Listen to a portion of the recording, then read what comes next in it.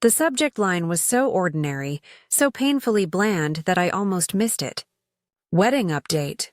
I clicked, expecting details about the dress, the catering, maybe another one of those endless lists my daughter Olivia was so fond of sending.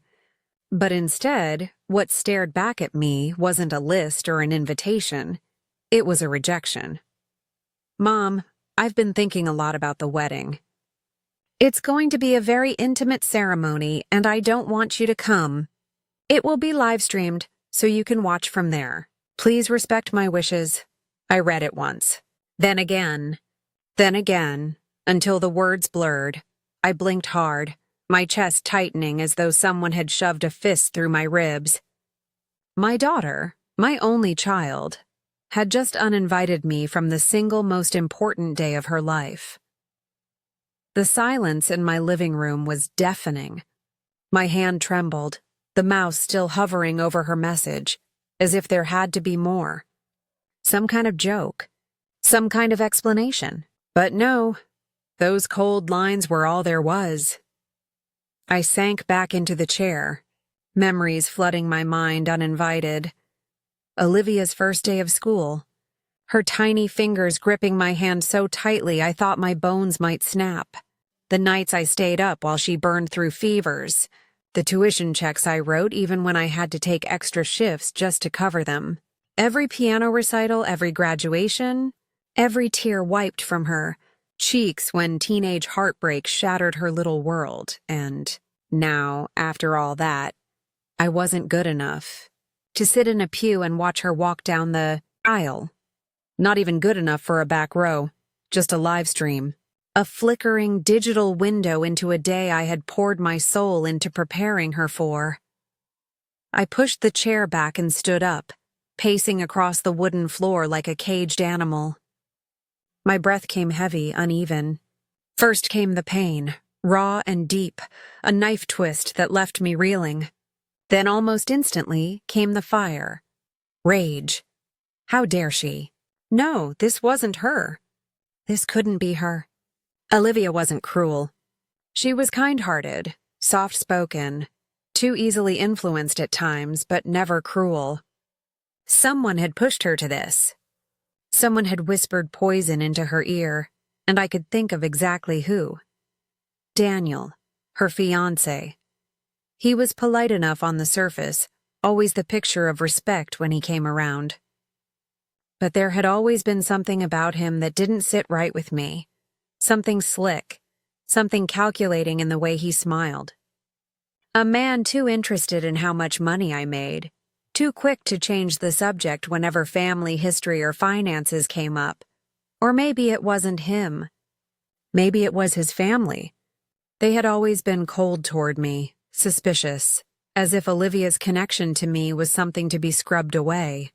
Whoever it was, I knew one thing. This wasn't just about the wedding. This was about erasing me. I sat down again, forcing my hands flat on the desk, my pulse hammering. I could hear her voice in my head. Please respect my wishes. Respect? Respect would mean letting myself be locked out of her future, cut off from the life I had built alongside her late father before he passed away. Respect would mean swallowing the humiliation of watching my only daughter's vows through a laptop screen. Like some stranger peering through the glass. No. I wasn't going to respect this. I was going to find out why. The first thing I did was pull up every message Olivia had sent over the past year. I combed through her words, reading between the lines, searching for clues. At first, it all looked normal. Updates on wedding venues, stress about budgets, occasional complaints about her in-laws. But then I noticed something. The further I scrolled, the less personal her tone became. Where once she'd signed off with "love you," "Mom," or "thanks for everything," now it was just "talk soon," or worse, nothing at all. It was subtle, easy to miss. But the distance had been creeping in for months. My stomach knotted. Had I been blind? I closed the laptop and walked to the window, staring out at the quiet street below. A neighbor's dog barked. Somewhere down the road, a lawnmower buzzed. Normal life carried on outside, but inside me, something dark had woken up. This wasn't just rejection. It was betrayal, and I wasn't going to let it stand. That night, sleep didn't come. I lay awake staring at the ceiling, my mind replaying every interaction with Olivia over the past year, every strange glance from Daniel, every offhand remark from his parents. It was like a puzzle scattered across a table, and now, finally, I was ready to piece it together. By morning, my resolve had crystallized into something sharp and unyielding. If my daughter thought she could cast me aside, she was wrong. If her fiancé or his family thought they could push me out of her life, they were even more wrong. I wasn't just going to sit quietly and obey. No, I was going to dig. I was going to uncover every hidden motive, every lie, every secret they thought they could bury. And when I was done, I was going to make sure the truth came out, loudly, publicly, in a way none of them could ignore. Olivia might have told me to watch her wedding through a live stream, but when all was said and done, it wouldn't be me who was watching from afar. It would be them. Because I had just decided I wasn't going to miss this wedding. Not in the way they thought. And when the day came, I brewed a pot of coffee so strong it could strip paint off the walls. I needed clarity, focus. Sleep hadn't come, but adrenaline had. And with it, a gnawing determination to pull apart the threads of whatever web had been spun around my daughter. If Olivia didn't want me at her wedding, I needed to know why. Not her words. Those sugar-coated phrases typed out in an email weren't hers. They belonged to someone else. I opened my laptop again and went through her social media. At first glance, it was the usual. Pictures of floral arrangements, her engagement ring sparkling on her hand, smiling shots of her and Daniel kissing in filtered golden hour light. But the more I scrolled, the more I noticed something strange. There wasn't a single picture of me. Not one. It was as though I'd been cut out of her story entirely. Even in childhood throwbacks Daniel had posted, pictures I knew I'd taken myself, my presence was absent. Cropped out, forgotten, a cold shiver ran down my spine. I clicked into the comments. Most were harmless, friends fawning over her dress, family members wishing her well. But here and there, little things stood out. You've really made a new family for yourself now. Daniel's parents must be so proud of the amazing woman you've become. You're lucky to have such supportive in-laws. The emphasis was subtle, but I felt the sting. Each one seemed to erase me just a little more. I sat back in my chair, fury boiling beneath my ribs. Someone was rewriting Olivia's life, reshaping her identity to fit into their version of family. My name, my sacrifices, my love, it was all being painted over. And Daniel's parents were holding the brush. I remembered the first time I'd met them. They were polite, yes, but behind the smiles was a sharpness I hadn't missed. His mother, Margaret, had that way of scanning me up and down as if measuring my worth. His father, Charles, barely spoke to me at all, except when the topic of finances came up. And now it was clear. They hadn't just been sizing me up. They'd been planning to cut me out. I needed proof. I reached for my phone and dialed an old friend, Claire. She and I had known each other since college, and she'd always had a knack for sniffing out gossip and secrets. If anyone could dig into Daniel's background and his family's affairs, it was her. Claire, I said as soon as she answered. I need your help, and it has to stay between us. You sound like you're about to start a thriller, she laughed. What's going on? So I told her. About the email. About Olivia's sudden coldness. About the eerie way my name had disappeared from her public life. There was a pause on the other end of the line. Then Claire's voice hardened. Something's not right. I'll make a few calls.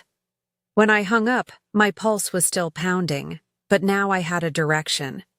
The day stretched on, heavy with waiting. I tried to distract myself, but every little thing reminded me of Olivia. Her childhood bedroom down the hall. The dent in the kitchen table where she'd once dropped her school project. Even the garden. She used to sit there reading for hours, her hair catching the sun. By evening, Claire called back. You were right to be suspicious, she said. Daniel's family isn't as clean as they want everyone to believe. I gripped the phone tighter. Tell me everything. For the next 20 minutes, she laid it out. Charles had a history of shady business dealings, lawsuits swept quietly under the rug, whispers of embezzlement. Margaret, for all her pearls and manicured perfection, had bankrolled her husband's ventures with inherited wealth, covering up his failures with her own money. And Daniel? He wasn't much better. He'd drifted from one failed startup to another, leaving behind unpaid debts and bitter partners. But the kicker was this. They were drowning in financial trouble. Behind the polished facade, the family was desperate. And then it hit me. Olivia, her inheritance from her late father. The money I'd carefully set aside for her future, held in trust until she turned 30, or until marriage. Marriage. The realization punched me in the gut. That was it. That was why they wanted me gone. They didn't just want Olivia, they wanted her money. And they knew I was the one person who could stop them. As the truth settled in, a strange calm washed over me. The pieces fit too perfectly to ignore. Daniel hadn't just convinced Olivia to distance herself from me out of pride or conflict. He'd orchestrated it to clear the path. To make sure I couldn't interfere when he and his family got their hands on what wasn't theirs, and Olivia. My sweet, trusting Olivia. She didn't see it. She thought she was choosing love, independence, a new life. She had no idea she was walking into a trap. I stood at the window again, the night pressing against the glass. The streetlights cast long shadows across the pavement, and I saw my reflection staring back, eyes hard, jaw set. I wasn't helpless. They thought cutting me out of the wedding would silence me, but they'd made a mistake. A big one. Because now I wasn't just a mother fighting for her place at a ceremony. I was a mother fighting for her daughter's very future. And I wasn't going to let them win. I turned away from the window, my mind already spinning with plans. Step 1. Get closer. If they wanted me out, I needed to find a way back in. Quietly, carefully, without them suspecting. Step 2. Gather evidence. Not just whispers and rumors, I needed proof. Financial records, testimonies, anything that would expose the Carlyles for what they truly were. Step 3. Wait for the perfect moment. And what better stage than the wedding itself? The live stream they'd so graciously offered me might just turn out to be their undoing. I went to bed that night with a notebook beside me, scribbling down ideas until my hand cramped. For the first time since Olivia's email, I didn't feel powerless. I felt dangerous, because now I knew the truth. And once I had proof, I would burn their empire of lies to the ground. I had never imagined I'd be reduced to bribing a florist and lying to a caterer. But there I was, doing whatever it took. When you're fighting for your child's future, the rules shift. Morality becomes elastic, and every small deceit a necessary stitch in a larger tapestry of truth. Claire was my first recruit. Quiet, sharp, and with connections that always surprised me, she agreed without hesitation. You want eyes in there, she said, voice low over coffee 2 days after our revelation. I can make that happen. but you'd better be ready for what we find. Her hands around the cup were steady. Mine trembled. You'll be discreet? I asked. As a shadow, she smiled. But shadows see very well. Claire didn't go as a guest. She went as a vendor liaison. An old contact of hers ran event staffing for the venue and could slip her onto the roster. That gave her access to the back rooms, to the vendor-only corridors where people let their guard down. More importantly, it gave her legitimate reasons to be moving through spaces where conversations happened and documents might be left unattended. I needed more than eyes. I needed evidence, hard, undeniable proof of financial skullduggery. For that, I hired a private investigator, which felt like selling my soul to a spy novel.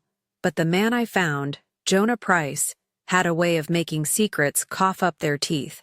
He was a retired auditor with an old-school sense of justice and a talent for tracing money. I paid him more than the bouquet cost and less than I would have paid for peace of mind. He accepted the check without comment. Between Claire in the venue and Jonah on the paper trail, we had a working plan. Claire would attend as staff, observe, and, if she could, make audio notes about conversations. Jonah would quietly subpoena paper trails, company ledgers, bank transfers, signatures on trust documents, and cross-reference everything. If the Carlyles had been slipping Olivia's life into their pockets, Jonah would find the fingerprints. The day before the wedding, Claire texted me a single line. I'm in. Small uniform. I can move around. I'll call if I can't get close enough to them. Otherwise, I'll record what I can. Be ready. My stomach dropped. This was no longer theory. This was action.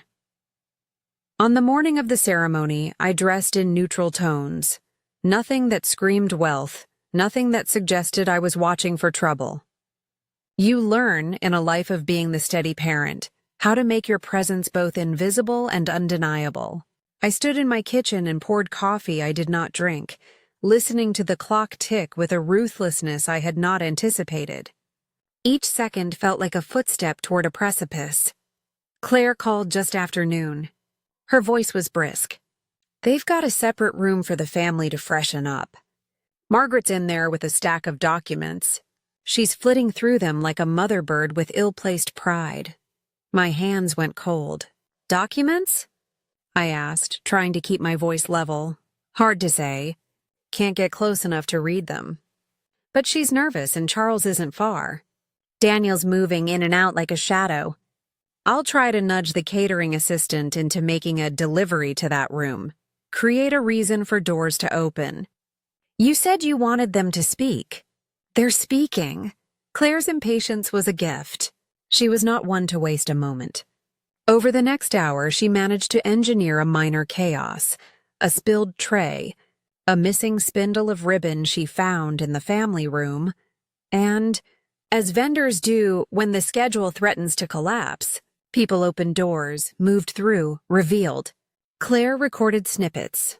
Margaret's voice soft at first, then sharp when she thought the door shut. Daniel sounding too smooth as he explained how the trust would be handled post-wedding.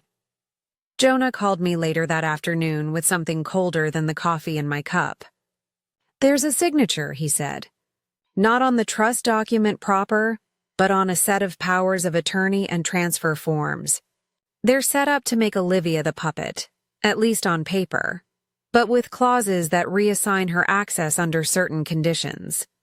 The signatures aren't forged, but they were witnessed by a notary who has links to one of Charles's shell companies. My throat tightened. So they were planning this. They were planning to flip control over to themselves if Olivia married into the family. The documents are structured to trigger changes in beneficiary status upon marriage. It's quiet, but it would have been effective. Jonah paused. If you want these exposed, you have to be careful. You can't just storm in waving accusations. The law is neat and blind to a lot of poison. There it was again. The neatness of law and the blind spots of people who assumed kindness made them safe. It's the world's cruelest arithmetic, Love plus trust often equals vulnerability. Claire's recordings were clipped and shivering, but in them I heard enough. Margaret saying, "Once she signs, everything's simplified," and Daniel's careless laugh, "We'll take care of everything. Don't worry about the technicalities." The phrases landed like knives. It was not a future built on love. It was a ledger balanced by theft. But evidence alone wasn't enough. We needed a confrontation that would sting their pride and expose the intent without allowing them to bury it again in legalese. The wedding, with its cameras and witnesses, was the perfect theater. Their arrogance in thinking they could lock me out and keep everything tidy had blinded them to the danger of spectacle. I did something that made me feel at once guilty and liberated. I called Olivia. My thumb hesitated over her contact name for a full minute. What could I say? "Hi, honey. Your in-laws are planning to rob you?" It sounded absurd even to me, but I kept it short, careful, and loving, the way I always had when I wanted to keep a door open. "Mom?" She answered, voice bright with that nervous energy brides get. She was in the midst of makeup, no doubt, her world a swirl of powder and pins. "Liv," I said, "I just wanted to tell you I love you. I'll be watching the live stream at Grandma Jean's." I let the lie hang there, small and harmless. "Oh, that's sweet. Thank you." She sounded so far away. "Don't worry about us. We're excited. Everything's perfect." Everything? A single question, soft, non-accusatory. I wanted to seed a crack, not demolish a wall. "Promise me you'll read every document you sign. Don't let anyone rush you. And if you need me, call me immediately." There was a hesitation I could feel through a phone line. "I will. Love you, Mom. Love you more." I hung up and sat very still. People often asked me later how I justified spying on my daughter's in-laws, how I could stand to deceive people I had once tried to welcome. The truth was, I never forgot what was at stake. Olivia's future, her security, the memory of her father who had labored for his child's peace. Spying felt less like betrayal than triage. The rest of the day moved in a blur of floral deliveries and whispered confessions from staff whose loyalty was for sale at the right price, or maybe for the right conviction. Claire's snippets grew bolder as she navigated the kitchen and halls. Jonah sent me PDFs with highlighted lines and margin notes. It was a mosaic of wrongdoing, backdated invoices, transfer requests, a notarized power attached to a letter of intent that smelled of coercion. By nightfall, I had a folder on my laptop that felt heavier than any box of old photographs. Evidence, woven together, began to tell a story that could no longer be dismissed as coincidence or misunderstanding. It told of a plan, executed with the kind of patience only greedy people possess, and tucked under all that legal teeth-grinding. Mixed with the hurt and the fury was a sobering worry. Would Olivia forgive me when she found out I'd been prying? Would she see the choice I had made as proof of my love or proof of my meddling? I didn't know. What I did know was this: the wedding would be a stage, and Claire would be my eyes. Jonah had the receipts. I had the motive no one could deny. They had built a fortress of polite smiles and paperwork. I was going to find the gate. When I turned off the lamp that night, the house felt enormous and empty, like a theater after the audience has left. Somewhere in the back of my mind, a small, stubborn hope flickered. If I could expose them now, maybe I could save her not only from losing a piece of her past, but from losing herself. Tomorrow, the trap would begin to take shape. I've always believed patience is a mother's sharpest weapon. We spend years learning to wait, waiting for a fever to break, for a teenage tantrum to cool, for the child we raise to finally understand the lessons we planted deep in them. Waiting teaches you to sharpen your thoughts like knives. and by the time the Carlyles thought they had won, my knives were ready. The folder of evidence sat on my desk like a live wire. Claire's recordings, Jonah's financial reports, notarized papers cross-linked with shell companies. It was enough to paint a picture of greed even for those who didn't understand the legal weeds. But evidence locked away in a folder was powerless. Evidence needed light, and what better light than the glare of a wedding livestream? The Carlyles had insisted I wasn't welcome, but in their arrogance they'd forgotten one thing. The internet doesn't discriminate. If the wedding was going to be broadcast to the world, then so would their secrets. The plan had 3 stages. Stage 1. Secure a presence. If I couldn't attend in person, I needed someone to be my proxy, someone inside the guest list who could carry out my cues. My cousin Rebecca, God bless her, volunteered without hesitation. She was a lawyer in another state, fierce as a wolf when family was threatened. "You want me in there?" she asked over the phone.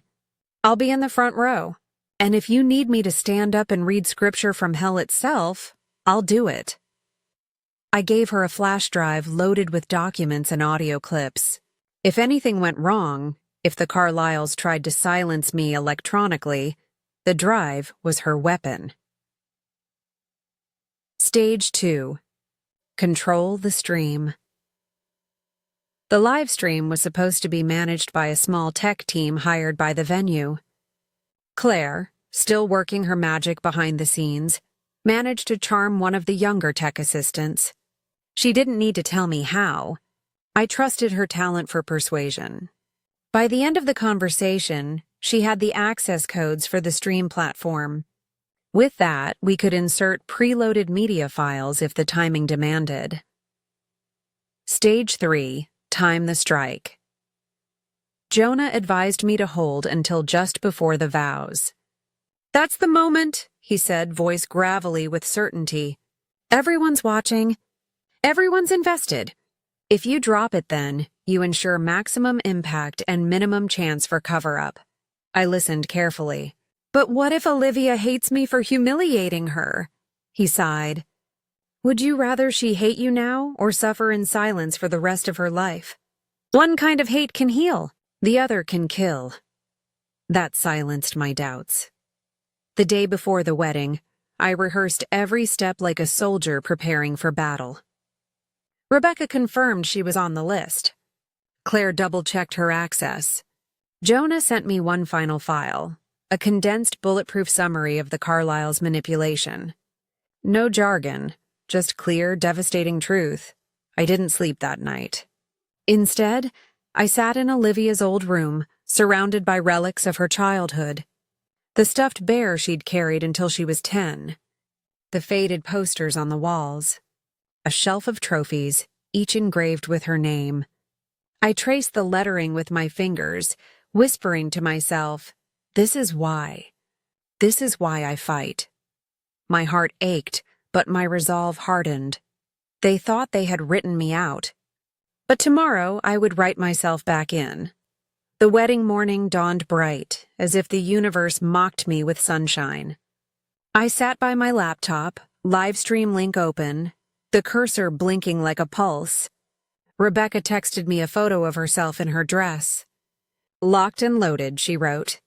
The flash drive glittered on a chain around her neck like an amulet. At 2:10 p.m. sharp, the stream went live.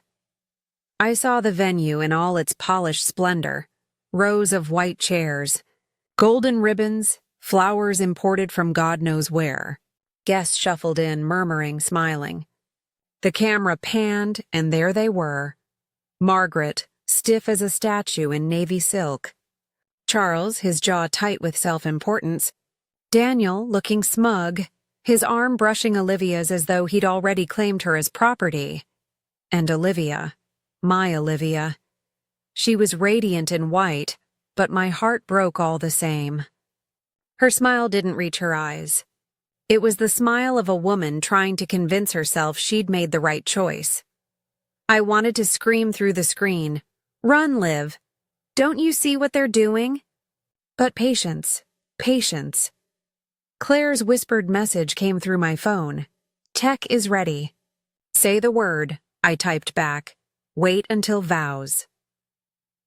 As the efficient droned through the readings, Rebecca sat poised in the second row.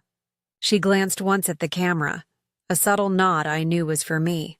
The flash drive was in her clutch now, hands resting lightly on it as if it were a Bible. I could feel my pulse in my ears. Then the officiant smiled. We now come to the vows. The words struck like a gunshot. Margaret leaned forward, hands clenched, eager. Charles straightened. Daniel looked smugger than ever, and Olivia opened her mouth to speak. But before a single vow could leave her lips, the stream cut. The screen flickered. Guests in the venue looked up, confused, as the overhead speakers hummed. And then, clear as glass, Jonah's voice rolled through the hall. This marriage is not built on love. It is built on theft. Gasps echoed. Olivia's eyes widened. Daniel froze. On the screen appeared documents, trust agreements, signatures, highlighted clauses. Claire had triggered the file. Jonah's narration accompanied it. These papers show that upon marriage, control of Olivia Hartwell's inheritance would transfer to Daniel Carlisle and his parents. This was arranged through a falsified notary connected to Carlisle Enterprises. The bride is being deceived. Chaos erupted. Margaret leapt from her chair, shrieking. Charles barked orders to cut the feed. Daniel grabbed Olivia's hand, his face pale, his composure shattered. And my daughter stood trembling, staring at the screen, tears spilling down her painted cheeks. Rebecca rose, holding up the flash drive. Her voice cut through the uproar like a blade. Everything you just saw is backed by legal evidence. Olivia, don't sign a thing. Don't say a word until you've read every paper. The stream stayed live. Thousands of eyes across the internet watched as the Carlisle's empire of lies collapsed in real time. And me? I sat at my desk, tears streaming down my own face, whispering, Now you see, Liv. Now you see who's really on your side. The trap had been sprung. The moment Jonah's voice echoed through the speakers, the atmosphere inside the venue changed. What had been laughter and polite applause turned instantly to gasps and whispers, the kind of murmurs that spread like fire in dry brush. This marriage is not built on love, it is built on theft, Jonah declared again, his voice steady, unshaken, almost priest-like in its gravity. The documents filled the screen above the altar in a sickening slideshow. Signatures, notarized seals, dates. Each image lingered just long enough for guests to absorb it, murmur about it, and then recoil as the next damning piece of evidence appeared. The Carlisles scrambled like rats. Margaret rushed to the tech booth in her expensive heels, shrieking at the staff. Turn it off? Cut it now! Her shrill cries only fueled the chaos. Charles shoved past rows of chairs, his face purple with rage, barking threats about lawsuits, about reputations, about defamation. But the tech team, God bless Claire's smooth work, only stared helplessly at the monitors. The stream was locked. The files were queued. The system was no longer theirs. And at the center of it all stood Olivia, my daughter. Her bouquet slipped from her trembling hands, roses scattering across the floor like drops of blood. Her lips parted, but no words came. Her eyes darted between Daniel and the screen, confusion warring with dawning realization. Olivia, listen to me. Daniel seized her wrist, his knuckles white. His voice cracked, desperation leaking through his polished facade. This is a trick. Lies, all of it. My parents would never. But another slide silenced him. It was his own signature. next to hers. On a document she had never seen, the guests erupted. I knew something was off. Someone hissed. They were after her money. Another accused. This is disgraceful on her wedding day. Phones shot into the air, recording everything. The live audience had grown from hundreds online to thousands, then tens of thousands. Every second was being clipped, shared, spread like wildfire across the internet. Margaret shoved through the chaos and grabbed the mic from the officiant. Her voice cracked as she tried to reclaim control. Ladies and gentlemen, this is slander. A malicious attack on our family. None of this is true. But Jonah's voice rolled again, merciless. The notary who signed these documents has confessed under oath to falsifying them at the request of Carlyle Enterprises. The bank accounts receiving transfers trace directly back to Margaret Carlyle. This is not slander. It is evidence. The silence that followed was crushing. Margaret's face drained of color. Charles tried to snatch the mic, but the officiant, God bless his backbone, snatched it back and stepped away, refusing to be their puppet. Then Rebecca rose. Her presence was like a thunderclap. In her sharp dress, with the flash drive in hand, she radiated authority. I am an attorney, she declared, voice steady, projecting over the chaos. What you are hearing and seeing is verified. If the bride signs anything today, she forfeits her inheritance, her independence, and her future. I advise every witness here to remember this moment clearly, because it will be entered into the public record. Olivia staggered back, her knees nearly buckling. She looked at Daniel as though seeing him for the first time, as though the veil had lifted not from her head but from her entire life. Is it true? She whispered. Her voice trembled, fragile as glass. Daniel, tell me it's not true. But Daniel's eyes darted, calculating, his lips quivering around half-formed lies. Liv, please, it was just business, a precaution. My parents thought, slap! Her hand cracked across his face, the sound echoing in the stunned silence. Gasps rippled through the crowd. You used me, Olivia spat, tears streaking her cheeks. You planned to rob me blind and chain me to your family like a prisoner. Daniel reached again, but she jerked away, her voice rising with fury. And you, Margaret Charles, you poisoned everything. You turned my love into a ledger, my marriage into a transaction. The guests erupted in outrage, some rising from their seats. What had been a wedding now resembled a courtroom, with my daughter at its center, betrayed but unbroken. Rebecca stepped forward, standing at her side like a shield. You don't have to go through with this, Olivia. You don't have to bind yourself to them. You're free to walk away. The law and the truth are with you. And then, at last, Olivia's eyes lifted. Past Daniel, past Margaret, past the chaos, toward the camera. Toward me. It was as if she knew I was there, watching. For the first time in months, her gaze softened. Gratitude flickered. Pain, yes, but also understanding. She knew. She finally knew. I won't marry a liar, she said, her voice strong despite the tremor. She turned to the officiant. This wedding is over. The hall exploded.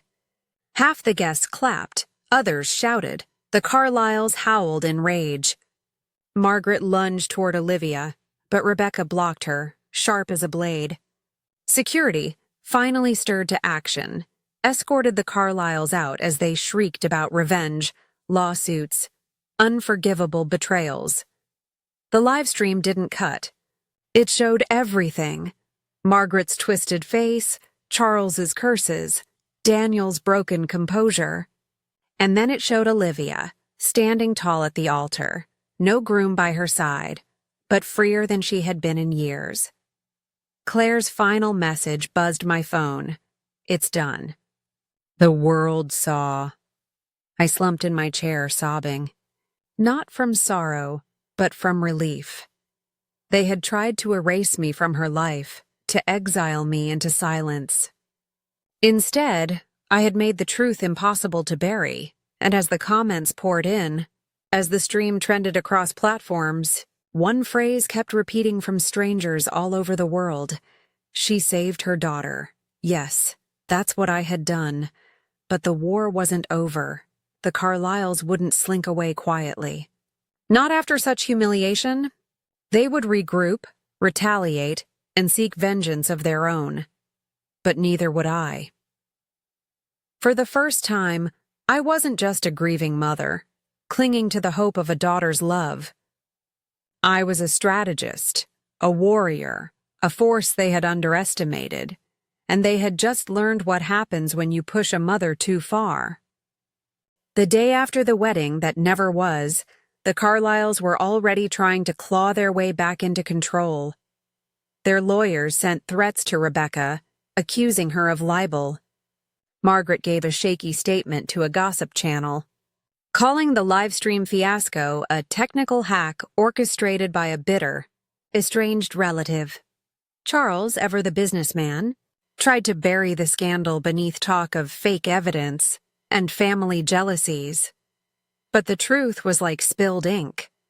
It doesn't vanish. It seeps, stains, spreads. By morning, clips of the unmasking had gone viral. Millions had seen the moment Olivia slapped Daniel, the documents glowing on screen, Margaret shrieking as if the walls themselves betrayed her.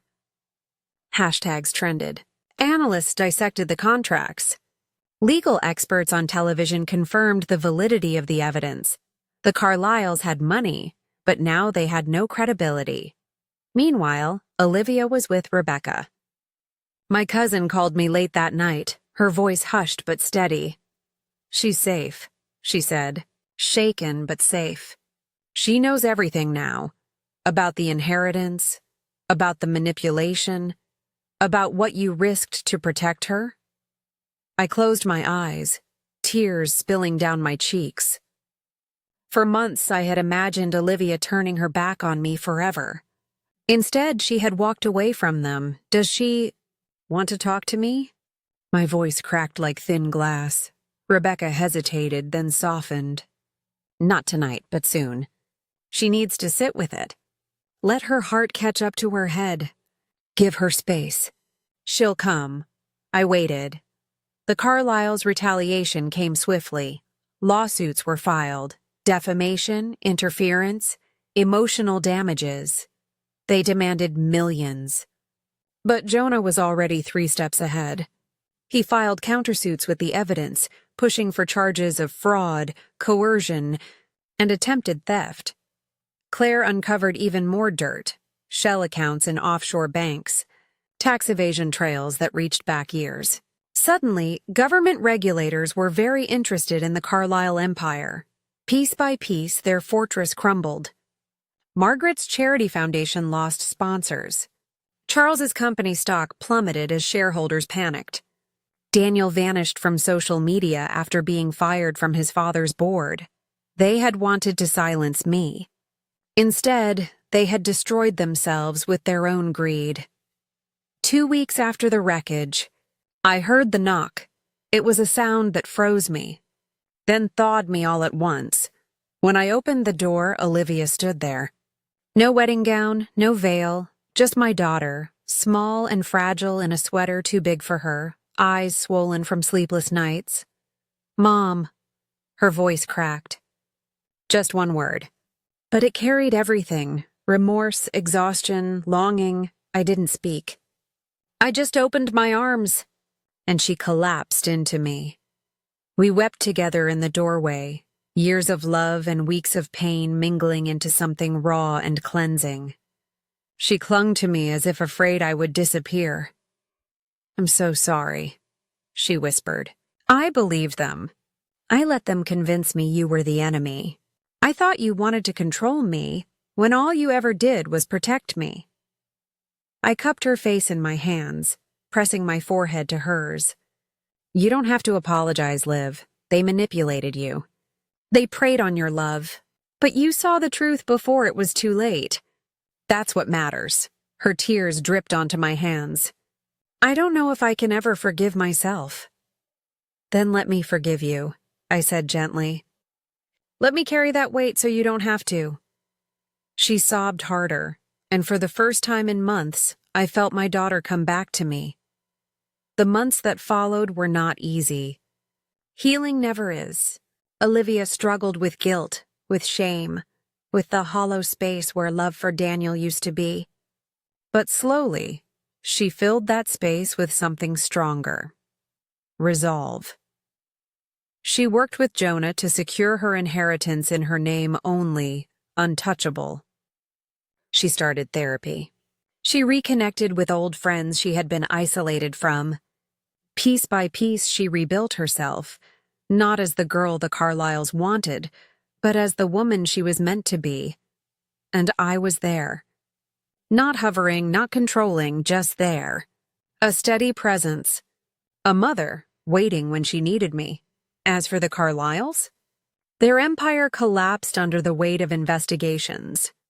Margaret was indicted for fraud. Charles faced charges for financial misconduct. Daniel disappeared into the shadows of scandal, his name now a cautionary tale. They had tried to erase me from my daughter's life. Instead, they had erased themselves from polite society. One evening, months later, Olivia and I sat on the porch, sipping tea as the sun dipped low. She leaned against me, her head on my shoulder.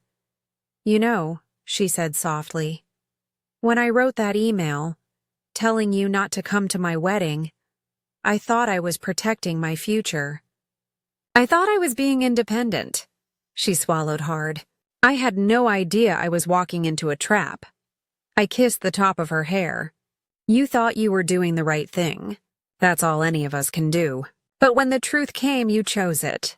That's what matters. She lifted her head and smiled, faint but real. You saved me, I shook my head. No, Liv, I just held up a mirror. You saved yourself the moment you walked away. The evening breeze carried our silence, soft and healing. For the first time, I felt peace, and as the stars blinked awake in the night sky, I whispered a truth I knew she finally understood. They told me to watch your wedding from afar.